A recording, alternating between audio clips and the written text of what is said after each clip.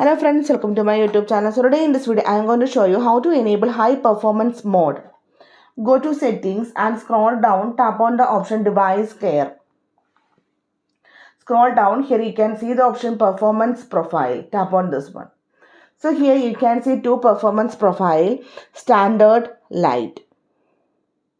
You can see the standard means provide the recommended balance between the processing speed, battery life and the cooling efficiency.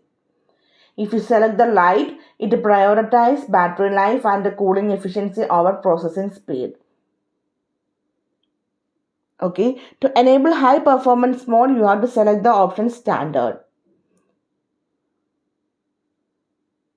Okay, it will boost CPU or GPU for gaming and heavy applications.